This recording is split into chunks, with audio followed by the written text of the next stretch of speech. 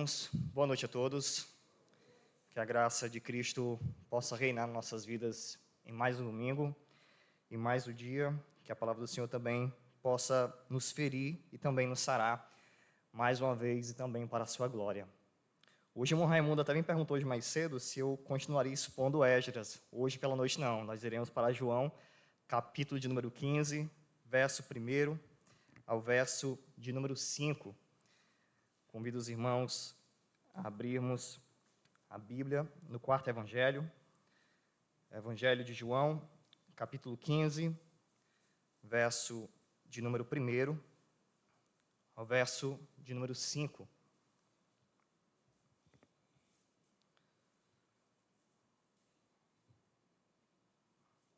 João, capítulo 15, verso 1 ao verso de número 5. Assim registrou o santo apóstolo, irmãos. Eu sou a videira verdadeira e meu pai é o agricultor. Todo ramo que, estando em mim, não der fruto, ele o corta. E todo o que dá fruto limpa, para que produza mais frutos ainda. Vós já estáis limpos pela palavra que vos tenho falado. Permanecei em mim e eu permanecerei em vós. Como não pode o ramo produzir fruto de si mesmo, se não permanecer na videira, assim nem vós o podeis dar, se não permanecerdes em mim. Eu sou a videira, vós os ramos, quem permanece em mim e eu nele, esse dá muito fruto, porque sem mim nada podeis fazer. Oremos. Bendito Deus, que beleza da dependência de Ti, ó Cristo eterno. Como é bom saber, Senhor amado, que Tu tem todas as nossas necessidades diante de Ti, e Tu tem todo o poder para suprir cada um delas, Senhor amado. Obrigado por nos amar, Senhor, por nos trazer diante de Ti, para ouvirmos a Tua palavra. Que possamos também nessa noite, mais uma vez, compreendermos, Senhor amado, que sem Ti nós não podemos fazer nada, Senhor. E pela Tua glória e pela Tua graça, Tu já fizeste tudo por nós, Senhor. Nós Te louvamos, em nome de Cristo, no poder do Espírito. Amém. Meus amados irmãos, o capítulo número 15 de João é um capítulo que ele tem uma divisão muito peculiar, em que trabalha tanto a união mística do crente com Cristo, bem como também com a Trindade, e a partir disso vai trabalhando algumas importâncias práticas na nossa vida, como o amor, como o zelo, ou a questão da apreciação pela amizade, a dedicação também, a perseverança diante do sofrimento, das perseguições do mundo. E, por fim, o capítulo 15 também, na parte final, quando o Senhor vai mencionar no verso 26, a beleza e a grandeza da vinda do Consolador para nos consolar, arrematando aqui no capítulo 15 toda a menção à Trindade, na relação da nossa união mística, da nossa relação com o mundo, da nossa relação com os nossos próximos na igreja. Em tudo isso, a Trindade está envolvida.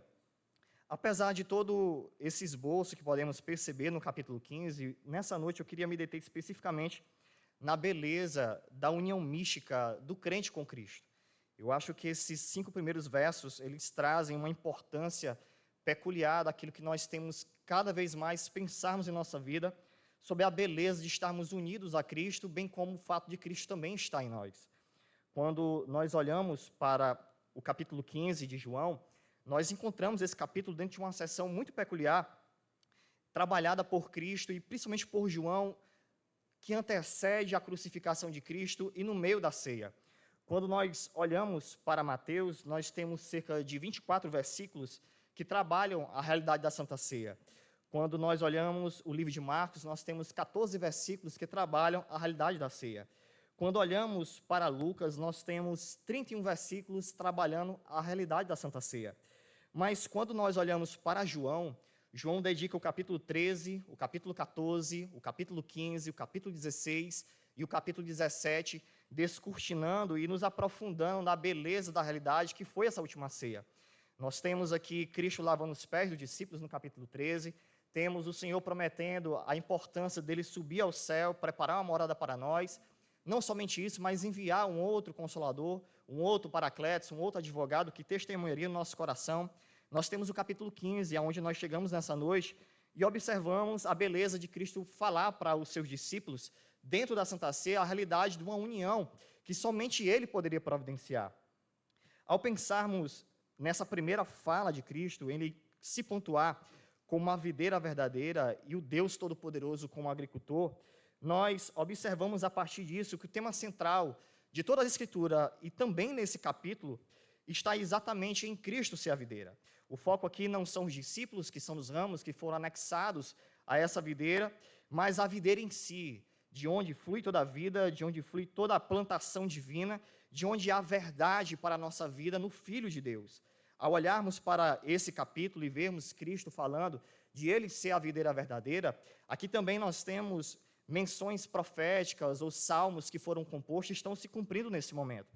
Nós temos, por exemplo, o Salmo 80, onde eu convido os irmãos a caminharmos para o Salmo 80, onde nós percebemos o salmista trazendo a figura do Israel histórico como essa videira, porém é enfatizado o fracasso de Israel com a videira em produzir bons frutos. O Salmo 80 une os temas da videira e do filho do homem, que é Cristo Jesus. Salmo 80, verso 7, verso 8, e vamos salteando alguns versículos aqui, para nós percebermos que profecias estão se cumprindo na vida de Cristo aqui. Lembremos que Cristo está falando para um público judaico, para pessoas que entendem, melhor dizendo, a realidade da videira. Veja o verso 7, por exemplo, Salmo 80. Restaura-nos, ó Deus dos exércitos. Faze resplandecer o teu rosto e seremos salvos. Verso 8. Trouxeste uma videira do Egito, expulsaste as nações e a plantaste. Ó Deus dos exércitos, verso 14. Ó Deus dos exércitos, volta-te, nós te rogamos, olha do céu e vê e visita esta vinha. Verso 15. Protege o que a tua mão direita plantou, o sarmento que para ti fortaleceste. Verso 16. Está queimada, está decepada, pereçam os nossos inimigos pela repreensão do teu rosto. Seja a tua mão sobre o povo da tua destra, sobre o filho do homem que fortaleceste para ti. Ao olharmos para esse salmo, nós rapidamente conseguimos perceber a súplica feita em uma composição de canção. O salmista, ele atribui a Deus a metáfora de um supremo jardineiro que transporta Israel como a vinha vindo do Egito e a planta em um local específico, Israel sendo plantado. A constituição de Israel, a partir do salmista, ela é feita pelo Todo-Poderoso. Ele menciona no verso 6 que Deus os fez, Deus os restaura e Deus os planta. Mas essa realidade de que a videira Israel não consegue produzir esses frutos que era esperado dela, não se restringe tão somente aos salmos. Vejamos, por exemplo, o livro de Isaías, capítulo 5, verso 1 ao verso 4. Profecias de Isaías, capítulo 5, verso 1 ao verso 4.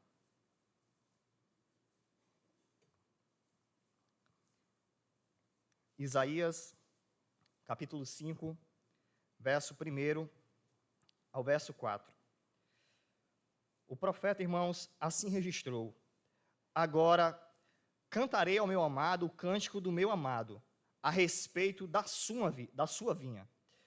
O meu amado teve uma vinha num outeiro fertilíssimo. Sanchou-a, ou então cavou a terra, como traz a NVI. Limpou-a das pedras e a plantou de vides escolhidas. Edificou no meio dela uma torre e também abriu um lagar. Ele esperava que desse uvas boas, mas Deus deu uvas bravas, ou azedas, como traz também a tradução da NVI. Verso 3. Agora, pois, ó moradores de Jerusalém e homens de Judá, julgai. Perceba, Deus chamando a atenção do profeta e chamando também ao povo de Israel. Julgai, vos peço, entre mim e a minha vinha. O que mais eu poderia fazer ainda a minha vinha que eu não tenha feito? E como esperando eu que desse uvas boas, veio a produzir uvas azedas, bravas, podres, ruins. O profeta Isaías, irmãos, ele é muito categórico em destacar a abundância da graça de Deus sobre Israel, sobre essa vinha, e o triste fim de Israel em não produzir absolutamente nada do que era esperado desse povo. O Senhor destaca: eu fiz tudo por vocês, tudo por vocês. O retorno que vocês me dão é nada para as nações e nem também para mim. Você vê que Israel produz frutos podres e azedos porque o seu coração se apegou à idolatria. Nós observamos que corações apodrecidos, ligados ao pecado na adoração a outros deuses, produziram pessoas e totalmente uma nação infértil, de produções de uvas que não tem como trazer qualquer alegria, felicidade, ou alento, ou qualquer tipo de qualquer bênção que nós pudéssemos pensar. A videira, entretanto, que é Cristo Jesus, a quem ele está se contrapondo aqui, que ele mostra a qual nós estamos incorporados, a qual nós estamos ligados, ela é plantada pelo supremo agricultor, que é Deus Todo-Poderoso. Irmãos, não poderia ter uma vinha mais bela a ser plantada nesta terra do que o próprio Cristo Jesus. Nenhuma. Não existe uma vinha mais bela, não existe uma vinha mais permanente, não existe uma vinha que possa produzir coisas mais belas e mais sagradas para esse mundo que não fosse o próprio Cristo Jesus. Nenhuma videira pode dar os frutos que Cristo dá. Nenhuma videira pode ser mais firme do que Ele. Nenhuma videira pode ser mais bela do que Ele, embora não houvesse nenhuma beleza ou formosura nele. Há somente em Cristo o brotar da vida, o brotar da bênção para esta terra, para este povo e principalmente para aqueles que foram eleitos, chamados e inseridos nessa vinha. O próprio Deus, irmãos, se encarnou e fez vinha para que nós pudéssemos ser anexados a Ele e comermos da bênção dEle, assim nos alegrarmos nele. Como luz em meio às trevas, Ele, irmãos, é a única videira, a única árvore que produz vida em uma floresta inteira de mortes que é este mundo. Ele é a única videira. Nenhuma videira nesta terra pode produzir vida, apenas Cristo. Não existe qualquer outro ser, qualquer outro Deus, qualquer pensamento ou qualquer artimanha que nós possamos pensar que possa trazer vida para a terra, vida para nós que não seja o próprio Cristo. E quando ele olha para os discípulos, ele declara: eu sou a videira verdadeira. Eu sou para onde vocês devem olhar. Eu sou para onde vocês observam, comem do fruto e se alegram. Eu sou para aquele aonde vocês observam, colhem do fruto e vivem. Qualquer outra árvore, irmãos, que nós provarmos ou desejarmos provar, nós morreremos. Cristo é a única videira que pode trazer vida a todos nós. Mas se nós pensarmos nisso, na beleza de que é provarmos dessa vinha, sermos anexados a essa vinha, sermos chamados por Ele, plantados nele, nós também temos que considerar que outrora nós não pertencíamos e não estávamos ligados a essa vinha. Antes, nós estávamos ligados a coisas terríveis neste mundo. A imagem da árvore plantada e improdutiva de Israel, ou de galhos de frutos maus, não se restringe àquele povo. Nós também fomos, irmãos, vinha de uvas azedas, podres, de corações completamente maus. Thomas Watson, em seu sermão, o belíssimo sermão sobre o Cântico dos Cânticos, falando sobre o casamento da igreja com Cristo, ele diz o seguinte: antes dessa união com Cristo, deve haver uma separação. O coração deve se separar de todos os outros amantes. Deve haver um abandono dos nossos pecados anteriores, uma ruptura com o antigo pacto com o inferno, antes que possamos nos unir a Cristo. Aqueles pecados que antes eram vistos como amantes, agora são dores no coração de todos nós. Deve haver um divórcio antes da união. É muito interessante que quando nós pensamos na ideia de um homem ou de Israel como uma vinha, como uma planta que vai produzindo os frutos, e frutos maus e azedos, quando nós nos remetemos ao Éden, onde toda sorte de árvore produzia todo tipo de fruto bom, se nós usarmos metaforicamente a questão arborífica, podemos dizer assim, para Adão, Adão é a primeira árvore no jardim do Éden que produz um fruto de soberba e de desobediência, que come e que morre. Nenhuma outra árvore desobedece ao Senhor, nenhuma outra árvore produz qualquer fruto mau, nenhuma outra árvore, irmãos, pode produzir frutos de morte, mas o coração do homem foi capaz de fazer isso. E o homem não só é capaz de produzir, como é capaz de se alimentar do seu próprio coração. E quando o homem come do seu próprio coração apodrecido, ele morre, ele se aparta de Deus. A primeira relação que se perde é a relação com o próprio Deus, seguida-se da relação perdida também com a sua própria esposa, seguida também da relação perdida com a própria criação. Tudo aquilo que nosso coração produz, tudo aquilo que nosso coração nos dá, e nós nos alimentamos, irmãos, é morte na certa para todo o nosso viver. Sempre. O homem, irmãos, ele sempre produz o que é próprio da sua natureza, ele não pode produzir nada diferente. João também registra no capítulo 3 que todo aquele que é nascido de Deus é espírito, e todo aquele que é carne só produz carne, só produz podridão, pecado, manifestação de morte. E embora por vezes o homem sinta o sabor amargo do pecado na sua boca, comendo do seu próprio coração, ainda assim o homem não consegue parar de se alimentar dele.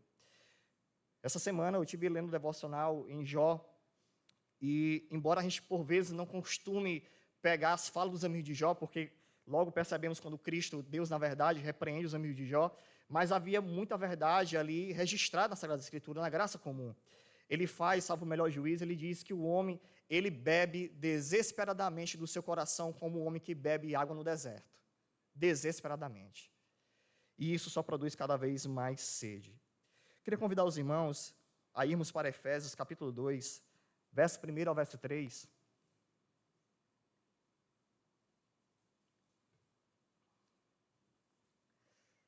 Efésios, capítulo 2,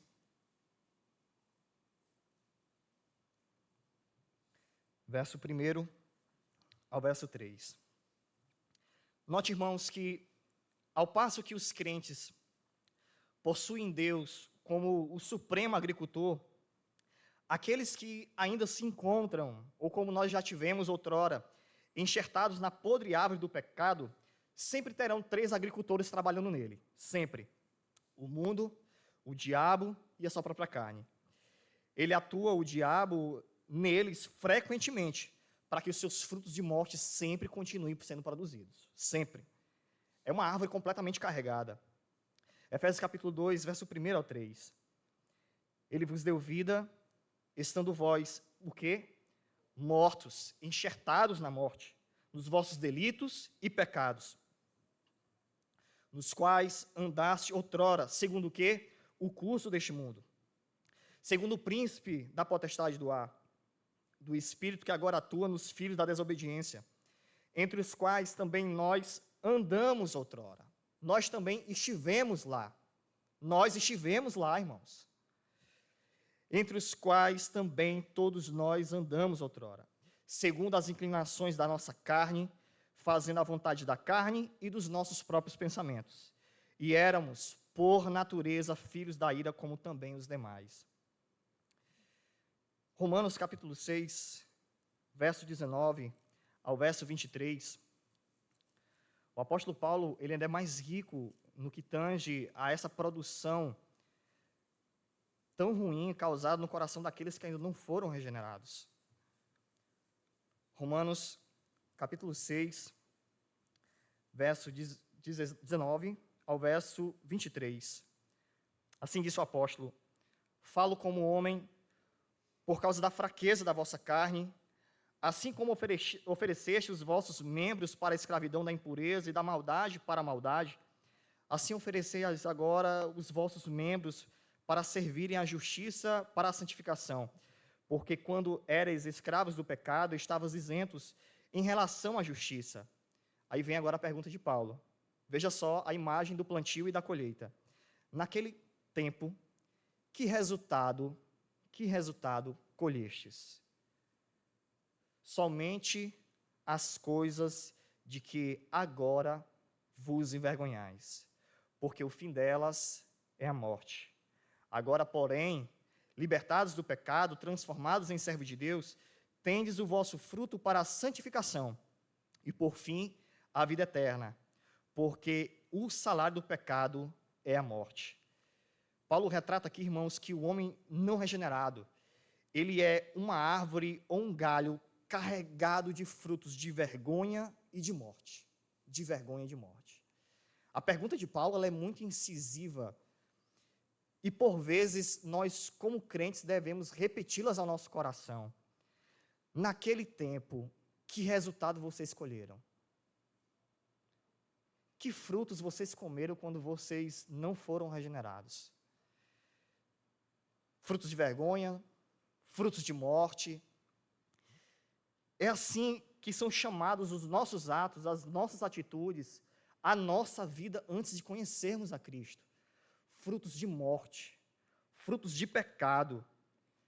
Irmãos, é impossível que um crente que conhece a Deus, que conhece a Cristo, é chamado por Ele, conheça a beleza dessa verdadeira vinha, olhe para o seu passado e sinta alegria em ver o que já fez ou o que deixou de fazer. É impossível que isso aconteça. Os nossos pensamentos eram completamente maus. Os nossos atos eram completamente podres. A nossa boca urgia pecado e urgia morte. Paulo vai trabalhar no capítulo 3, verso 13 em diante. Eu sempre gosto de dizer isso, que nós éramos praticamente cemitérios ambulantes. A nossa boca era a boca aberta como cova, onde as pessoas caíam e morriam, completamente. Irmãos, todo e qualquer homem ou qualquer mulher que olha para o seu passado e se alegra nele e ri daquilo que já fez, ainda não saiu da árvore do pecado. Os frutos produzidos por eles ainda não têm sido frutos que glorificam o Senhor. Você sente vergonha do seu passado?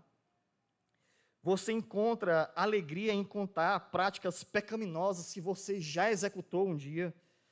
Você consegue perceber a destruição, a morte que o que você fez causou na vida de outras pessoas e na sua própria vida? Você consegue perceber isso? Você consegue olhar para trás e se entristecer com isso? Alguns meses atrás, eu, considerando de maneira perturbada, sendo atacado por coisas assim, do passado e clamando por misericórdia ao Senhor, eu disse, meu Deus, se eu tivesse 18 anos naquela época, eu tinha sido preso, provavelmente. E eu olho para trás, assim, eu me desespero o que eu já fiz. Me desespero, isso me traz tanta angústia, tanta tristeza. Volta e meia eu converso com o pastor André também compartilha dessas experiências, a gente chora e pensa assim, meu Deus, até quando a gente sofrerá olhando para o passado e lembrando de tudo isso? O crente, irmãos, ele constantemente ora para que Deus o livre da lembrança do seu passado. Constantemente, constantemente. O passado, irmãos, é algo perturbador na vida de um crente. Perturbador. Embora nós não comamos, irmãos, mas do fruto do pecado, o sabor, o amargor dele ainda causa repugnância aos nossos lábios diariamente. Diariamente. Não é possível olhar para nós, olhar para quem nós já fomos, encontrar agrado nisso tudo. Nojo, repugnância, repulsa a tudo que nós fomos é o que devemos ter diariamente em nossa vida. É isso que deve chamar a nossa atenção. A forma como nós enxergamos os frutos de morte e podre do nosso passado antes de Cristo revela muito sobre onde nós estamos enxertados hoje. Se porventura, irmãos, os frutos praticados há 10 anos atrás, quando você não conhecia o Senhor, são os mesmos praticados hoje, sinto muito lhe dizer, você ainda não foi enxertado em Cristo Jesus. Se os seus frutos ainda são os mesmos, você não tem a habitação de Cristo e Cristo não tem habitado em você. Pela misericórdia divina, irmãos, nós fomos enxertados em Cristo Jesus. Volte comigo para João capítulo 15, verso 4 ao verso 5. João capítulo 15, verso 4 ao verso 5.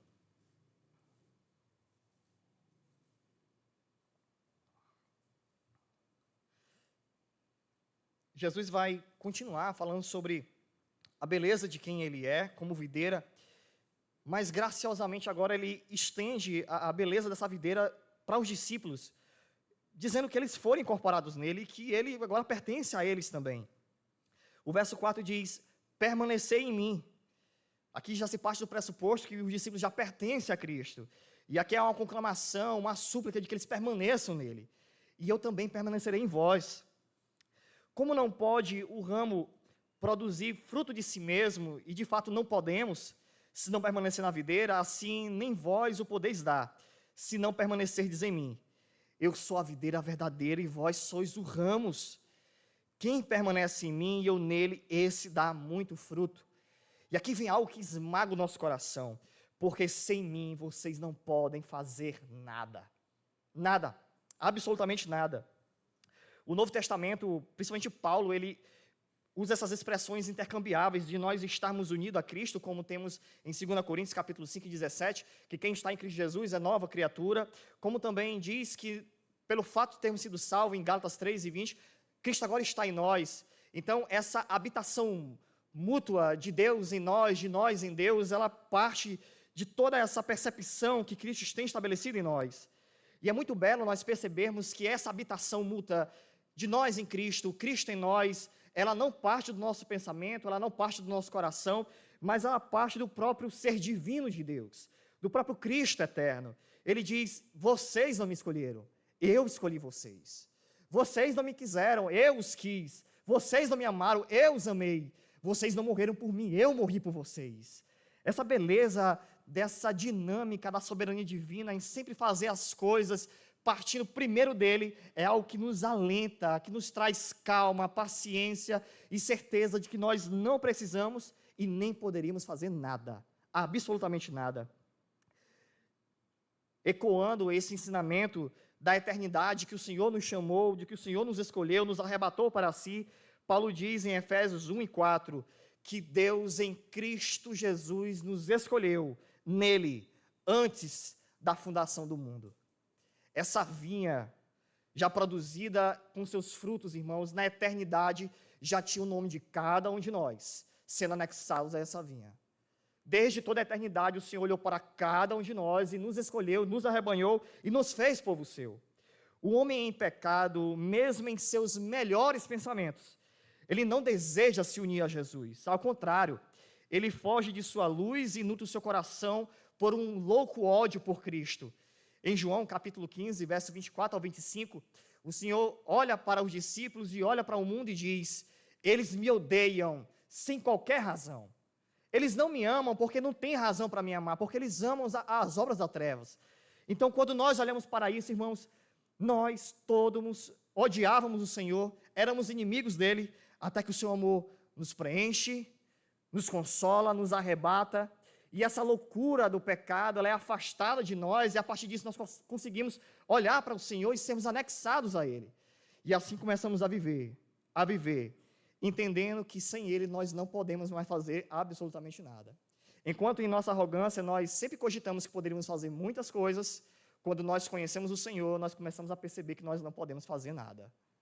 A nossa arrogância, irmãos, sempre nos destaca isso.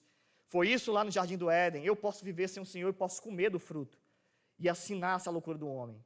No seu pecado, no seu coração, como diz o salmista, ele diz ali: não há Deus. E como Paulo também reflete, eles tentam deter essa verdade com a estutice do seu coração, com a ignorância da sua mente, e não conseguem entender que Deus já providenciou todas as coisas para que assim se fizesse. Sem mim nada podeis fazer, e aqui está toda a providência. Essa afirmação, ela destaca a grandeza de Cristo e a nossa infinita necessidade no Rei Senhor.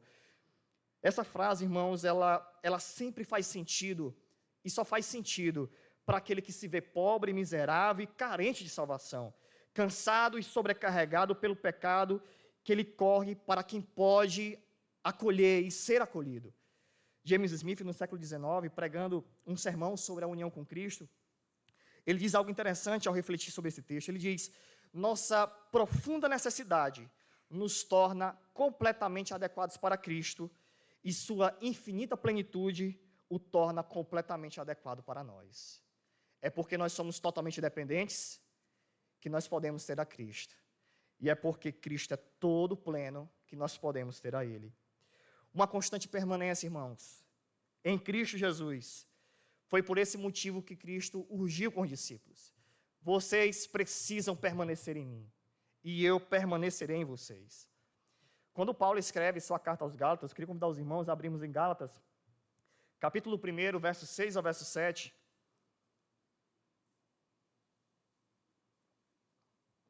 Embora já conheçamos a Cristo, embora já tenhamos sido alcançados por Ele, e estejamos nessa videira, sendo plantados e produzindo frutos, cotidianamente a igreja, nós como crentes somos perturbados por coisas desta vida que às vezes nos tentam nos afastar dessa permanência em Cristo.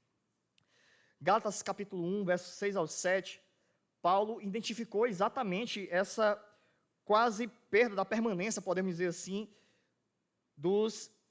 da Galácia ali em Cristo. E ele diz no verso 6: admira-me que estejais passando tão depressa daquele que vos chamou na graça de Cristo para outro evangelho, o qual não é outro, senão que há alguns que vos perturbam e querem perverter o evangelho de Cristo. Veja, vocês estão passando para outro evangelho. Onde está a permanência de Cristo em vocês? Onde está a permanência de vocês no evangelho? Um outro evangelho tem sido apresentado e vocês já estão se enamorando com ele, estão seguindo para ele. Permaneçam nele, estejam nele, ele está em vocês. É essa dinâmica que Paulo está chamando. E aí nós vamos para o capítulo 2 de Gálatas, verso 18 ao verso 20.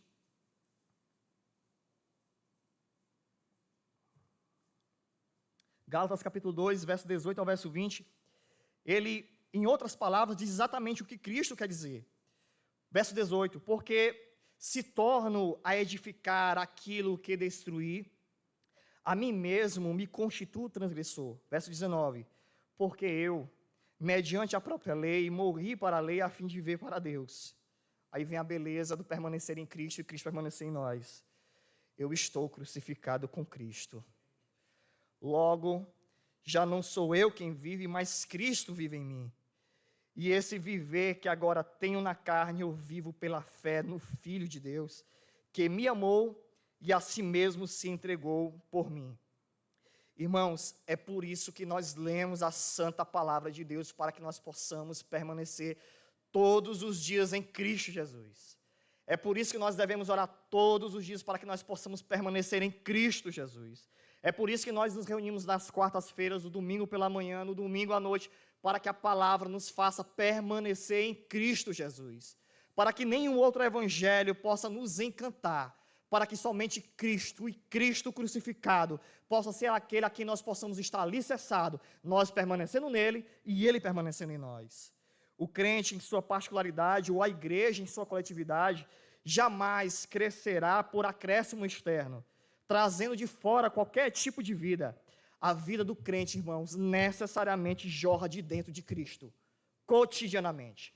O pulsar do nosso coração, o pulsar do coração da igreja, pertence diretamente ao pulsar do coração do próprio Cristo, que foi esmagado naquela cruz, perfurado por aquela lança que jorra sangue, continuamente lavando os nossos pecados. Sempre, sempre e sempre.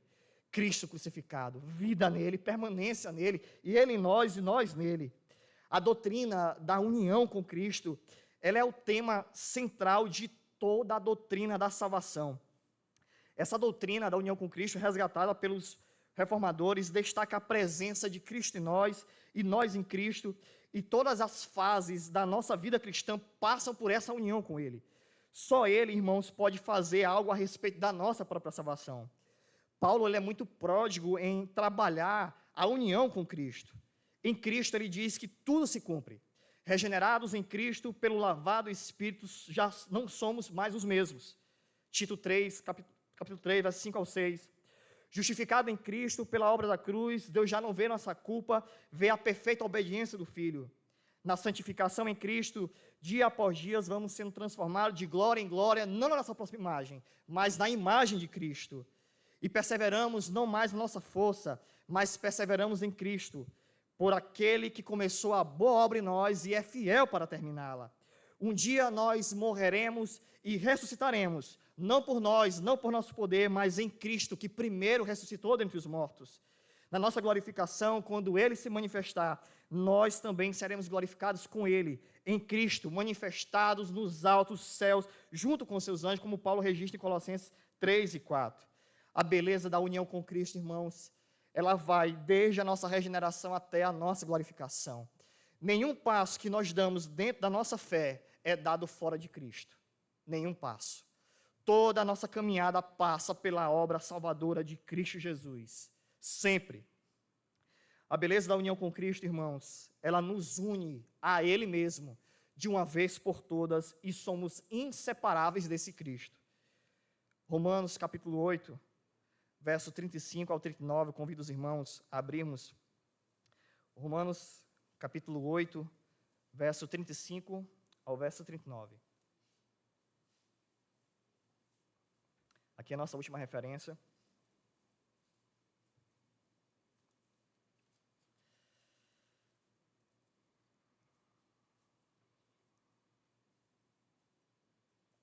Romanos 8, verso 35 ao 39. Nós saltearemos o verso 36 e o 37. A pergunta que Paulo faz é a pergunta de alguém que está completamente seguro em Cristo. Quem nos separará do amor de Cristo?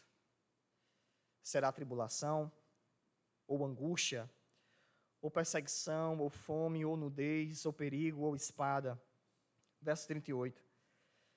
Porque eu estou bem certo de que nem a morte, nem a vida, nem os anjos, nem os principados, nem as coisas do presente, nem do porvir, nem os poderes, nem a altura, nem a profundidade,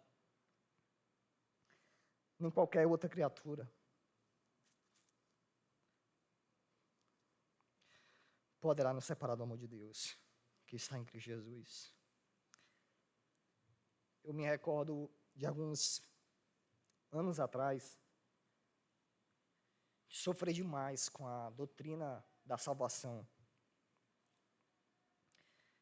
Tinha uma dinâmica da vida cristã dentro, peço perdão, irmãos,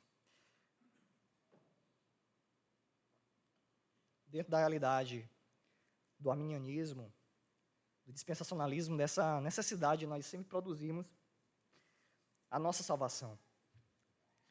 Sofri muito quando criança, na perspectiva de sempre o arrebatamento, sempre ficar, sempre. Eu nunca me via subindo aos céus no arrebatamento, nunca, sempre fiquei. E eu disse, Senhor, será que é uma fala tua de que eu não vou ser salvo?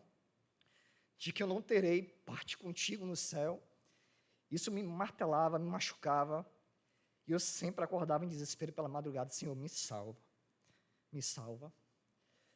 Até que eu encontrei a beleza da união com Cristo, essa doutrina. A primeira vez que eu sonhei com arrebatamento, eu sonhei entrando no céu. Porque eu entendi que eu não pertencia mais das minhas forças, mas pertencia das forças de Cristo. Eu entendi, irmãos, que de fato eu não morri naquela cruz, e foi Ele. Eu entendi que não foi eu que comecei essa obra, mas Ele começou. Nada, irmãos, nesse mundo ou em nós pode nos cortar dessa videira. Nada. Não há, irmãos, união mais elevada do que a do crente com Cristo. O casamento, ele é único nesta terra. Não existe nada que nos possa ligar mais profundamente a um homem ou a uma mulher nessa terra do que o casamento. Mas Cristo diz que superior a este ato, a esse mistério, é o mistério do casamento de Cristo com a sua igreja. A união que nós temos em Cristo. Aqui eu me recorro novamente ao puritano Thomas Watson, quando ele diz algo de muito belo. Esta união com o Cristo, ela jamais cessará. Outros casamentos chegam ao fim rapidamente. A morte desfaz o nó do casamento, mas esta união matrimonial, ela é eterna. Tu que uma vez foste esposa de Cristo, jamais serás viúva.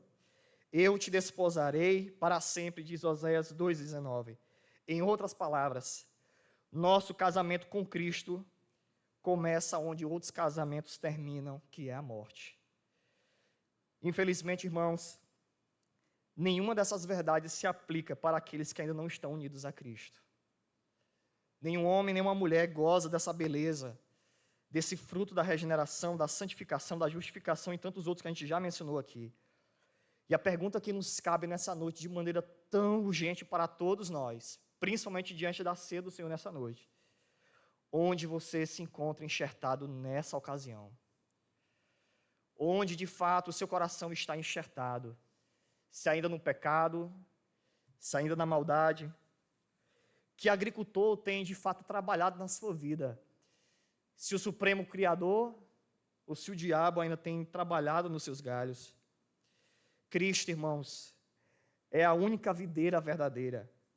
A videira que foi providenciada pelo próprio Deus para que fôssemos retirados da árvore da morte e enxertados em Jesus, a árvore de onde nós temos toda a vida que precisamos. Que nossas vidas, irmãos, evidenciem a que árvore de fato estamos ligados. Permaneçamos em Cristo, porque Ele de fato tem permanecido em cada um de nós. Essa grande verdade tem que bater em nossos ouvidos hoje, irmãos. Sem Ele, a Igreja Batista Parquelândia nada pode fazer. Oremos. Bendito Deus. Que grande salvação, Senhor. Que grande graça. Que grande poder, Senhor amado, Tu providenciou a vida de cada um de nós, Senhor. Essa igreja é Tua, Senhor. É Tu quem guarda o Teu povo, é Tu quem guarda os nossos corações. Ai de nós, Senhor amado, se dependêssemos das nossas próprias mãos, Senhor. Onde nós estaríamos, ó Deus? Mas por Teu Filho, por Teu sacrifício, que Tu enviaste ali na cruz, Senhor amado, nós fomos anexados a essa videira verdadeira. Nos ajuda a permanecer em Ti, Senhor, para que a Tua graça superabunde sobre todos nós, e assim a igreja e o mundo perceba, Senhor amado, que nós estamos em Ti de uma vez por todas e para todo sempre. Assim oramos em nome de Cristo, no poder do Espírito. Amém.